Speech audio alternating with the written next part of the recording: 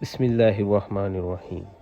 السلام علیکم معزز خواتین و حضرات، ہم امید کرتے ہیں کہ آپ سب خیریت سے ہوں گے، اور ہماری دعا بھی ہے کہ اللہ پاک آپ کو سدا عافیت کے سائے میں رکھے اور ایمان کی سلامتی عطا کرے۔ امیر المومنین حضرت عمر فاروق رضی اللہ تعالیٰ عنہ کی عدالت عالیہ میں ایک مقدمہ پیش ہوا۔ دو خوبصورت نوجوان ایک نوجوان کو پکڑ کر حاضر ہوئے اور فریاد کی، اے امیر المومنین، اس نوجوان نے ہمارے بوڑھے باپ کو قتل کر دیا ہے، اس ظالم قاتل سے ہمارا حق دلوائیے۔ آپ رضی اللہ تعالیٰ عنہ نے دعویٰ سننے کے بعد ملزم کی طرف دیکھا اور دریافت فرمایا کہ تو اپنی صفائی میں کیا کہتا ہے؟ ملزم نے عرض کی، ہاں امیر المومنین، یہ جرم واقعی مجھ سے صادر ہوا ہے۔ میں نے زور سے ایک پتھر اسے مارا تھا جس سے وہ ہلاک ہو گیا تھا۔ فاروق اعظم رضی اللہ تعالیٰ عنہ نے فرمایا، گویا تو اپنے جرم کا اقرار کرتا ہے۔ ملزم، ہاں امیر المومنین، یہ جرم واقعی مجھ سے صادر ہوا ہے۔ آپ رضی اللہ تعالیٰ عنہ نے فرمایا، پھر تم پر قصاص لازم ہو گیا اور اس کے عوض تمہیں قتل کیا جائے گا۔ ملزم نے جواب دیا، آقا، مجھے آپ رضی اللہ تعالیٰ عنہ کے حکم اور شریعت مطہرہ کے فتوے سے انکار نہیں، البتہ میں ایک گزارش کرنا چاہتا ہوں۔ ارشاد ہوا، بیان کرو۔ عرض کی، 3 دن کی مہلت چاہتا ہوں، 3 دن بعد حاضر خدمت ہو جاؤں گا۔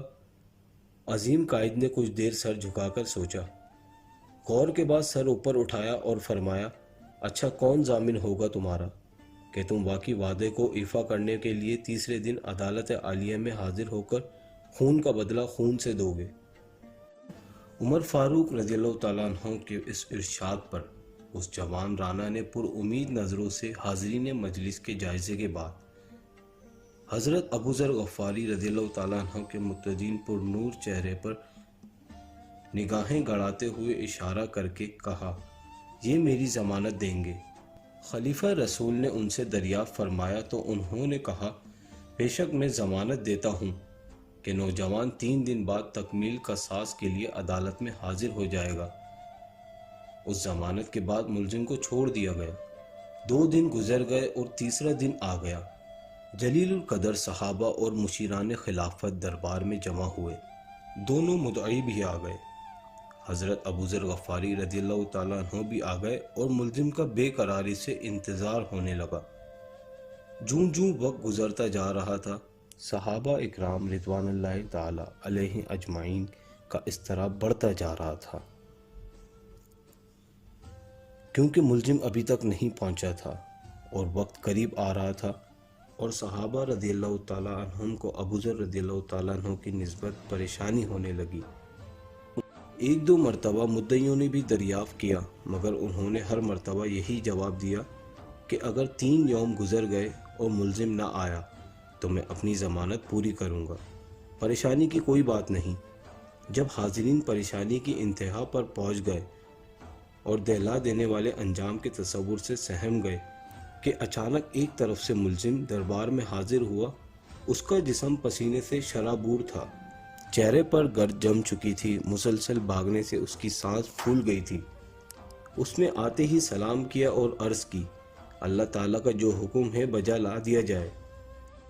آپ رضی اللہ تعالیٰ عنہ کے دریافت کرنے پر ملزم نے بتایا کہ میں ایک امانت والے کے سپرد کرنے گیا تھا۔ واقعہ یوں ہے کہ میرا ایک چھوٹا بھائی ہے، والد فوت ہو گیا۔ موت سے پہلے اس نے میرے پاس میرے چھوٹے بھائی کے لیے کچھ سونا رکھا تھا اور وصیت کی تھی کہ وہ جب جوان ہو جائے تو اس کے سپرد کر دینا۔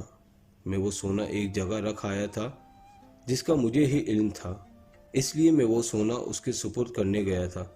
الحمدللہ میں نے امانت اس کے سپرد کر دی جس کی وہ تھی۔ امیر المومنین رضی اللہ تعالیٰ عنہ نے ابو ذر غفاری رضی اللہ تعالیٰ عنہ سے پوچھا کہ آپ نے اس کی ضمانت کیوں دی تھی؟ کیا یہ آپ کا واقف تھا؟ انہوں نے کہا کہ میرا اس سے کوئی تعلق نہ تھا۔ یہ بات تھی کہ جب اس نے پر امید نگاہوں سے میری طرف دیکھا تو مجھے خیال آیا کہ اگر بھرے مجمع میں بھی اس کی ضمانت نہ کروں تو کل قیامت کے دن رب العزت کے سامنے شرمندہ ہونا پڑے گا۔ کہ اتنے آدمیوں میں سے کوئی بھی اس کا ضامن نہ بن سکا، اس لیے میں نے اس کی ضمانت دی۔ حالانکہ میں اسے بالکل نہ جانتا تھا، نہ مجھے یہ معلوم ہے کہ یہ کہاں رہتا ہے، بس اس کی ظاہری شرافت نے مجھے یقین دلا دیا تھا کہ وہ وعدے کا پکا ہے، اور میں نے ضمانت دے دی۔ یہ بات سن کر حاضرین محفل اشک آلود ہو گئے۔ مدعیوں نے التجا کی کہ اے امیر المومنین رضی اللہ تعالیٰ عنہ، ہم نے اپنے باپ کا خون معاف کر دیا۔